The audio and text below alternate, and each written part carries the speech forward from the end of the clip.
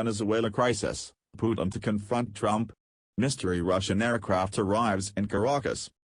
Fears Russia could back its Venezuelan ally in any confrontation with the U.S. surged on Tuesday following the arrival of a mysterious Russian airliner in the nation's capital. The Boeing 777, which can hold 400 passengers, arrived in Caracas on Tuesday, sparking a flurry of speculation on social media as to what it was doing there. Washington is backing Venezuelan opposition leader Juan Guaido against incumbent President Nicolas Maduro. There have been multiple reports of Russian mercenaries operating in the country in support of Mr. Maduro.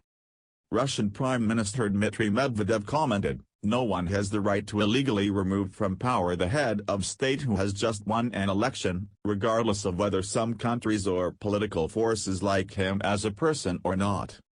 Mr. Maduro was re-elected as Venezuelan president in May 2018, in a vote boycotted by the opposition amidst multiple reports of electoral irregularities. The Russian aircraft, owned by Nordwind Airlines, flew direct from Moscow to Caracas for the first time ever according to flight tracking data. Both Moscow and Nordwind Airlines declined requests to comment on the aircraft's activities. Conspiracy theories about the purpose of its visit have been swirling around Venezuelan social media. On January 23, Juan Guaido, president of the Venezuelan National Assembly, declared himself to be the country's legitimate leader. This claim was recognized by the U.S., Canada and a host of South American countries. A number of European countries, including the UK, Germany and France, gave Mr. Maduro 8 days to call fresh elections or they will follow suit. However, Russia, China and Iran are continuing to back the Maduro regime. Yesterday the Venezuelan Attorney General banned Mr. Guaido from leaving the country and froze his assets.